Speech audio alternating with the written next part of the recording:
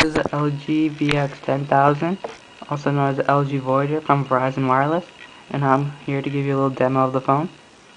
On the right side you have the 2.5mm headset jack, the micro SD card for it supports 8 GB of memory.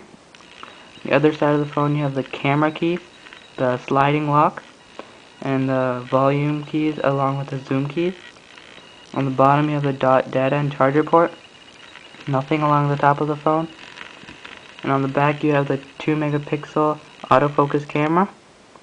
There's no flash on the phone. It has a large battery here and the TV antenna that pops out for the mobile TV. And on the front you have the large touchscreen. On the bottom you have the send, voice command and clear key, and the power and end key.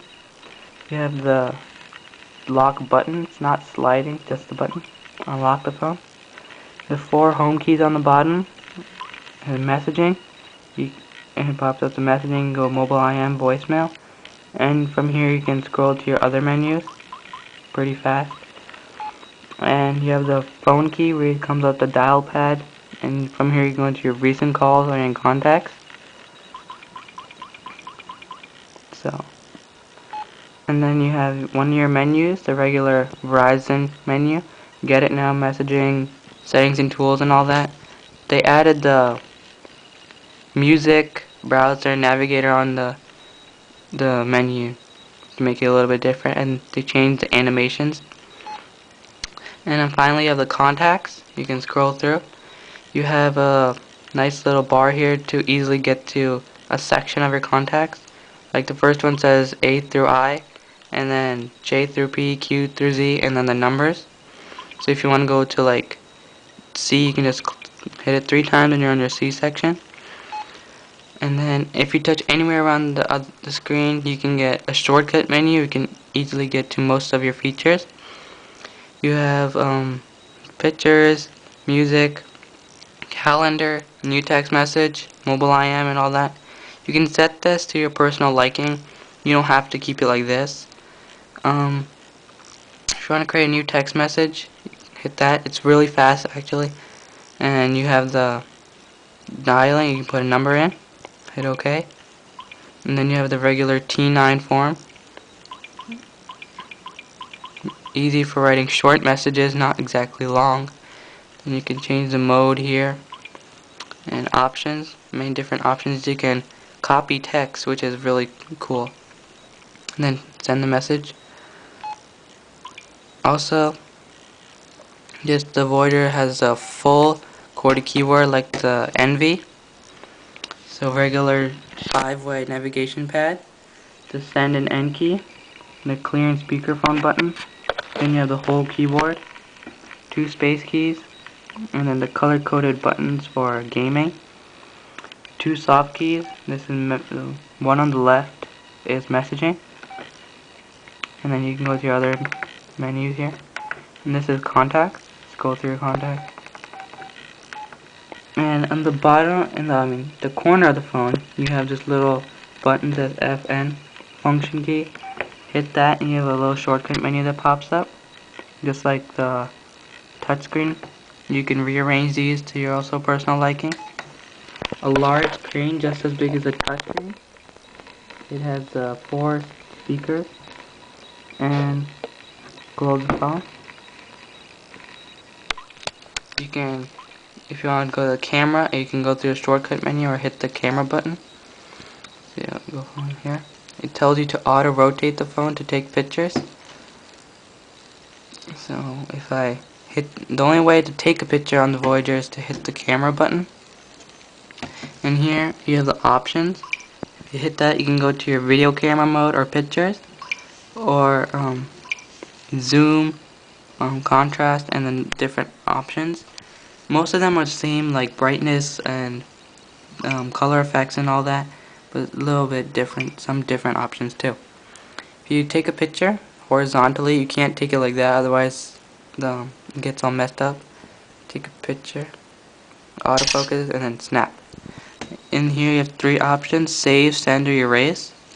If I save the picture, save to phone, And click options and go to my pictures.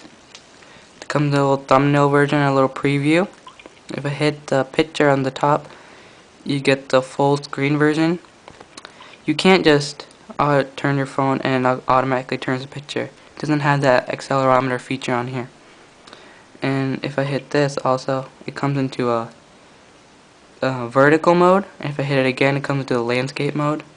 And from here, if you correctly drag your finger and like that, you can scroll through your pictures, or you can use the arrow keys on either side.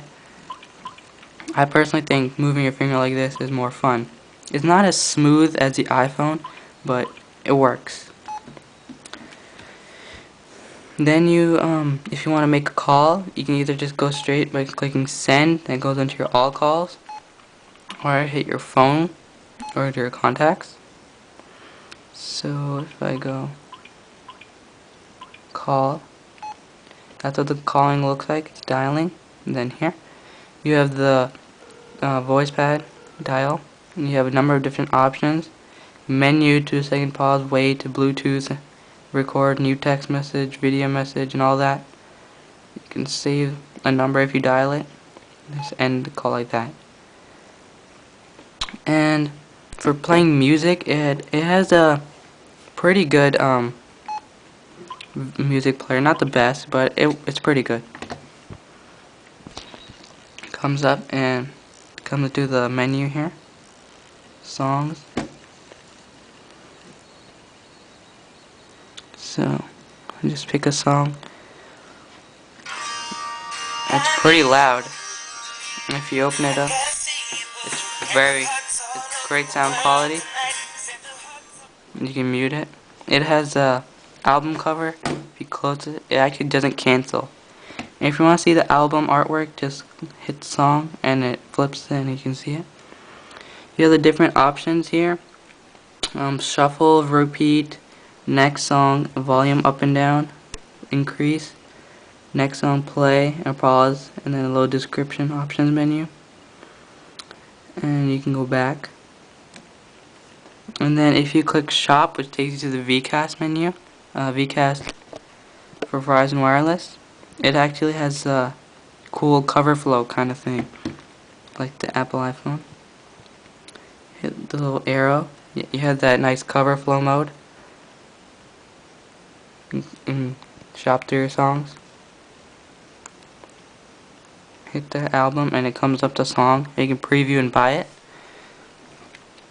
I'd like that album cover flow thing for the music as well. That'd be a little bit more interesting. And go through. You have great internal memory actually.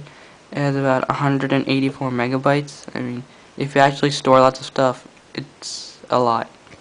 I put also the memory card in, 2 gigabytes, so I actually have lots of stuff put on the memory card. So on here, if you go settings and tools and scroll down here to touch settings, there are a number of different settings for the touchscreen. Auto lock, on and off, that's basically if the phone dims up and goes into sleep mode. I'll show you in a second. And the backlight's off, and if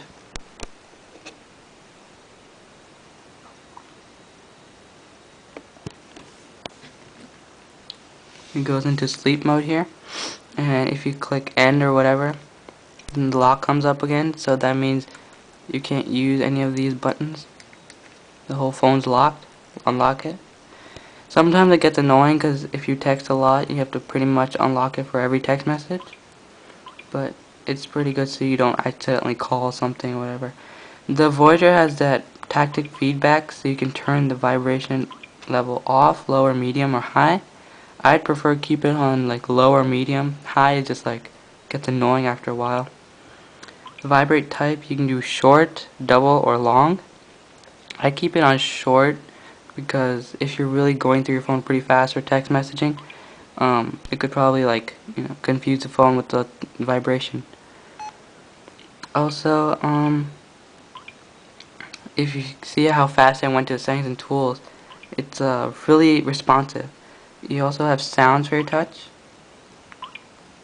Digital xylophone, or just off. I think this is the best one out of the, because the other ones don't sound as cool. And then you have calibration, which is a cool feature because it basically learns the way you touch using the touchscreen. So it's like a mini test. Hit the touch. And there. Calibration. And if you haven't done well, it will tell you to redo it. So it's within accuracy. So that's been a little demo of the phone. It's a really good phone. I think you should buy it. And that's it. Thanks for watching.